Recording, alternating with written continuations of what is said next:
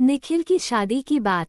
अब आगे। अक्षय और आरव ने अपनी आंखों की नमी साफ करी और उठकर निहारिका के माथे पर दोनों ने बारी बारी किस कर दिया। अक्षय और आरव पल्लवी चाची के पास जाकर उन्हें भी गुड मॉर्निंग विश करते हैं और दोनों पल्लवी चाची से कहते हैं निक्कू को अभी सोने देते हैं, रात भर परेशान हुई है।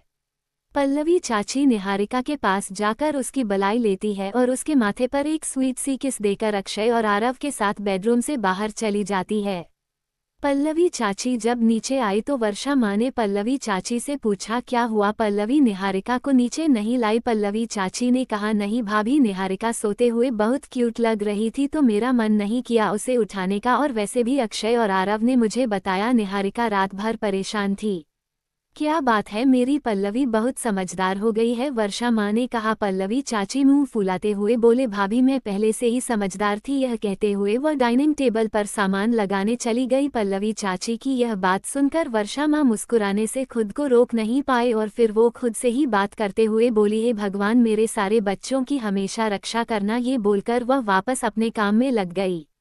सिंघानिया मेंशन डाइनिंग टेबल के हेड चेयर पर बैठे दादाजी न्यूज़पेपर पढ़ रहे थे। राइट साइड पर बैठी दादी कब से दादाजी को देख रही थी। दादी ने दादाजी के हाथ से न्यूज़पेपर लेते हुए बोली मैं कब से देख रही हूँ आपको, जब देखो न्यूज़पेपर में लगे रहते हो। ऐसा भी क्या खबर छपी है न्यूज़पेपर में जिसकी वजह से आप अपनी वाइफ को भी नहीं देख रहे हो। ये बोलकर दादी ने गुस्से से मुंह फुलाकर उन्हें घूरने लगी। डाइनिंग टेबल की दूसरी साइड में बैठी निशा कब से अपनी प्यारी दादी की नौटंकी देख रही थी। निशा अंश भाई के कान में बोली भाई देखा आपने, जब भी दादी को दादाजी से कुछ काम होता है या कोई बात मनवानी होती है तो वह ऐसे ही दादाजी से गुस्सा हो जाती है।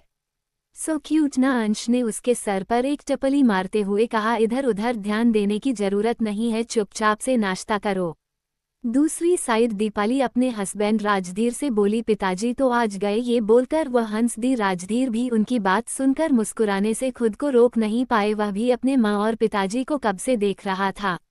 इधर दादाजी के लेफ्ट साइड पर अशोक ने अपनी वाइफ नंदिनी से कहा अब तो पापा जी गए। नंदिनी ने उन्हें कोनी मारी, आप भी ना जब देखो पिताजी की मजे लेते रहते हो। ये बोलकर वह चुप हो गई।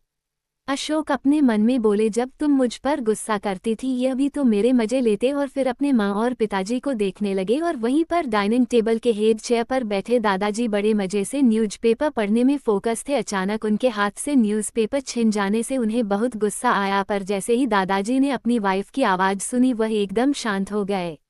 वह अपनी वाइफ से बहुत प्यार करते थे। अपनी वाइफ को यूं गुस्से में मुंह फुला हुआ देखकर उन्होंने बहुत प्यार से दादी जी को बोले भला मेरी वाइफ से बढ़कर और कुछ हो सकता है मेरे लिए यह न्यूज़पेपर भी नहीं समझी तुम, अब बताओ क्या हुआ है, क्यों मुंह फुला कर रखा है तुमने। दादाजी ने बहुत ही प्यार से दादी से कहा। उनका इतने प्यार से मनाना दादी जी को बहुत अच्छा लगा। वह एकदम से अपने सारा गुस्सा भूलकर उनको देखने लगी। बाकी सब जो दादा दादी जी को देख रहे थे दादी को इतनी आसानी से मानते देख थोड़ी निराश हो गए, खास तौर पर उनका छोटा बेटा अशोक। अपनी निराशा जताते हुए अपनी वाइफ पल्लवी से कहा पिताजी आज फिर बच गए। पल्लवी ने भी जवाब दिया सीखो पिताजी से कितनी जल्दी मना लिया उन्होंने मां को। ये बोलकर वह अशोक को घूरने लगी। अशोक ने अपनी वाइफ पल्लवी से बेचारा फेस बनाकर कहा अब मैंने क्या कर दिया। और इधर दादाजी ने फिर से दादी से बोले क्या हुआ है मेरी प्यारी वाइफ को, अब बोलो मैं तो तुम्हें देख रहा हूँ। उनकी मीठी मीठी बातें सुनकर दादी शर्माने लगी। दादी जी यह बात तो भूल गई थी कि वह थोड़ी देर पहले दादाजी से गुस्सा थी। अंश ने अपनी दादी से कहा दादी आप दादाजी से कुछ कहने वाले थी। ये सुनकर दादी को याद आ गया वह उनसे कुछ बात कहने वाली थी, तो दादी ने दादाजी से कहा मैं चाहती हूँ निखिल की शादी हो जाए और इस बारे में आप निखिल से बात करेंगे।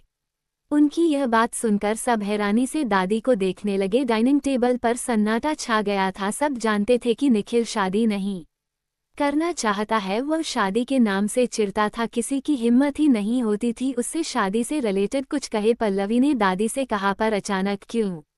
फिर निखिल की चाची नंदिनी बोली माँ जी अचानक क्यों निखिल की शादी का ख्याल आया। रीबॉर्न क्यूट डी गर्ल कहानी लिखा है ऑथर फिजा। कहानी पसंद आई हो तो कमेंट में ज़रूर बताना।